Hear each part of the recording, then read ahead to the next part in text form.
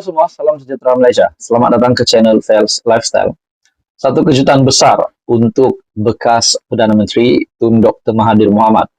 Selepas keputusan muktamad ini yang diumumkan oleh Perikatan Nasional, oleh kepimpinan Perikatan Nasional, setelah agihan kerusi untuk pilihan raya negeri di 6 buah negeri yang bakal dilaksanakan pada tahun ini, dan akhirnya keputusan muktamad dari kepimpinan Perikatan Nasional yang dipimpin oleh Tan Sri Muhyiddin Yassin, bagi saya ini pasti mengejutkan Mahathir Mohamad. Disebabkan keputusan muktamad berkaitan dengan kerusi yang sudah diagihkan. Adakah dengan ini muktamadlah sudah keputusan Tan Sri Muhyiddin Yassin untuk tidak meletakkan mana-mana kerusi untuk Mahathir maupun anak Mahathir Mukris, yaitu untuk Parti Pejuang, untuk bertanding pada PRN akan datang. Disebabkan dalam satu artikel dari Syahbudin.com mengesahkan PN ketepikan proklamasi orang Melayu, tanda tanya. Mahyadin mengumumkan PN akan bertanding di semua 245 kerusi DUN dalam pilihan raya negeri 6 negeri akan datang. PAS pula akan bertanding 126 kerusi, Bersatu 83 kerusi, dan Gerakan 36 kerusi. Rundingan kerusi berjalan dengan agak lancar, tiada perselisihan faham yang boleh mencetuskan masalahnya.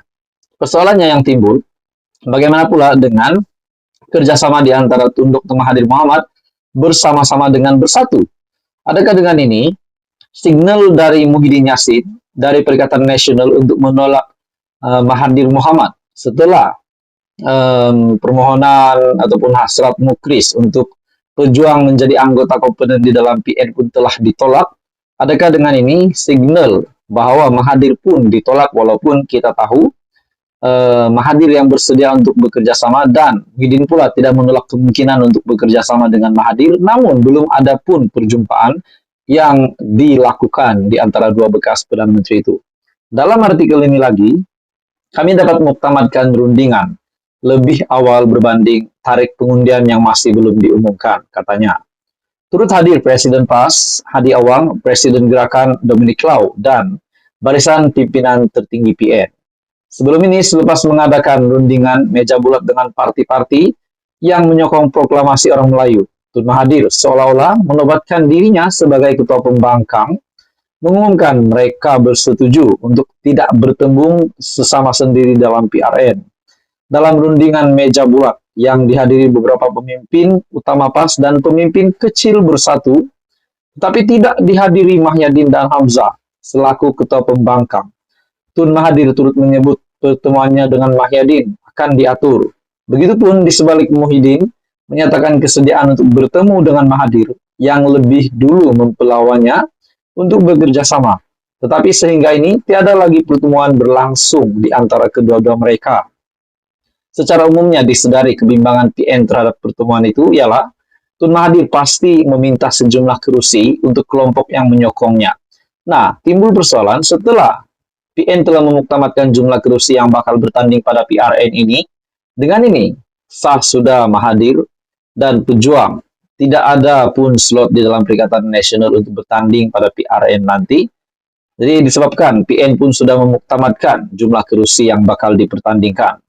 Hakikatnya, mereka tiada kekuatan sendiri selepas hilang deposit pada PRU15 dan berharap dapat bernafas kembali dengan menumpang kekuatan PN, menurut artikel dari Syahbudin.com.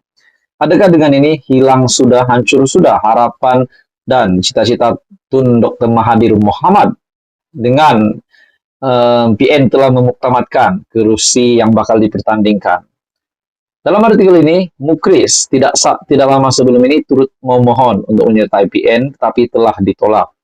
Sementara Tun Mahathir dalam artikel ini yang masih berada di luar negara dan tanpa menunggu perjumpaan dengan Mahyadin berlangsung, PN secara rasmi telah mengumumkan dan memuktamadkan pembahagian kerusi antara mereka. Adakah ini satu petanda buruk untuk Tun Dr. Mahathir lagi? Jadi apa komen Anda, saudara-saudara? Teruskan bersama di dalam channel ini untuk info yang seterusnya. Jangan lupa tekan butang like, share, dan subscribe. Halo semua, salam sejahtera Malaysia. Selamat datang ke channel Fels Lifestyle. Saudara-saudara, tuan-tuan dan puan-puan yang saya amat hormati sekalian. Satu lagi topik panas yang mengejutkan Malaysia pada hari ini. Ini lagi-lagi berkaitan dengan skandal dan rasuah antara yang terbesar pernah berlaku di Malaysia. Saudara-saudara, tuan-tuan dan puan, bagi saya ini satu tangkapan, satu serbuan, satu penemuan yang pasti mengejutkan. Berkaitan dengan wang bertimbun yang ditemui di pejabat, di kediaman, dan di beberapa tempat di sebuah kediaman salah satu pemimpin. Saya boleh katakan ini pemimpin, dan bagi saya ini pasti mengejutkan ramai orang, terutamanya kepada kepimpinan politik di Malaysia, disebabkan kita tahu kepimpinan politik selalu bercakap tentang mencegah rasuah, melawan rasuah, terutamanya Perdana Menteri Datuk Seri Anwar Ibrahim sebagai Perdana Menteri. Nah, saudara-saudara, dalam satu artikel dari biharian.com, RM44 juta ditemui di pejabat, rumah bekas pengarah Jabatan Air Sabah ataupun JANS. Dalam artikel yang panas ini, Mahkamah Session diberitahu bahwa wang tunai lebih RM44 juta ditemui di pejabat dan rumah bekas pengarah Jabatan Air Sabah JANS, AG Muhammad Tahir Muhammad Talib. Perkara itu dimaklumkan Ketua Pasukan Serbuan Nombor 8, Hishamuddin Muhammad Esa yang berumur 49 tahun, semasa pemeriksaan oleh Timbalan Pendakwa Raya ataupun DPP Mahadi Abdul Jumaat. Hishamuddin memberi keterangan sebagai saksi pendakwaan ke-40 di hadapan Hakim Abu Bakar Manat dalam perbicaraan skandal rasuah terbesar di Sabah. Beliau berkata lebih RM23 juta ditemui semasa serbuan di pejabat AG Tahir pada 4 Oktober 2016. RM62.500 ditemui dalam beg bertanda Tahir di meja AG Tahir. Uang tunai selebihnya ditemui di 3 lokasi lain di dalam bilik pantry, di sofa dengan 3 tempat duduk, kabinet TV, serta kabinet kayu. Beliau juga turut memberi keterangan bahwa setiap bungkusan wang antara 50K hingga 100K dan hanya AG Tahir yang mempunyai akses ke bilik pantry di pejabatnya. Bilik pantry itu adalah bilik dengan papan tanda Go Away di pintunya, di mana timbunan wang tunai ditemui dan dirampas SPRM, Suruhanjaya Pencegahan Rasuah Malaysia. Hishamuddin turut memberitahu pada hari sama, lebih RM21 juta ditemui ketika pasukannya menyerbu rumah AG Tahir di Sembulan. Menjawab soalan, beliau berkata lebih RM8 juta ditemui dalam sebuah bilik di tingkat 3 rumah itu. Beliau turut berkata 86 jam tangan berjenama dan mewah serta 921 barang kemas turut ditemui di rumah berkenaan. Saksi selanjutnya memberi keterangan bahwa pasukannya selanjutnya menemui wang tunai RM9 juta dan RM4 juta dan masing-masing di dalam kereta Mazda dan Mercedes-Benz. Bagi saya, saudara-saudara, ini satu tangkapan penemuan SPRM yang pasti mengejutkan ramai kepimpinan politik di Malaysia. Dan ini sudah pasti berita buruk kepada mana-mana pemimpin politik yang memang mencegah rasuah.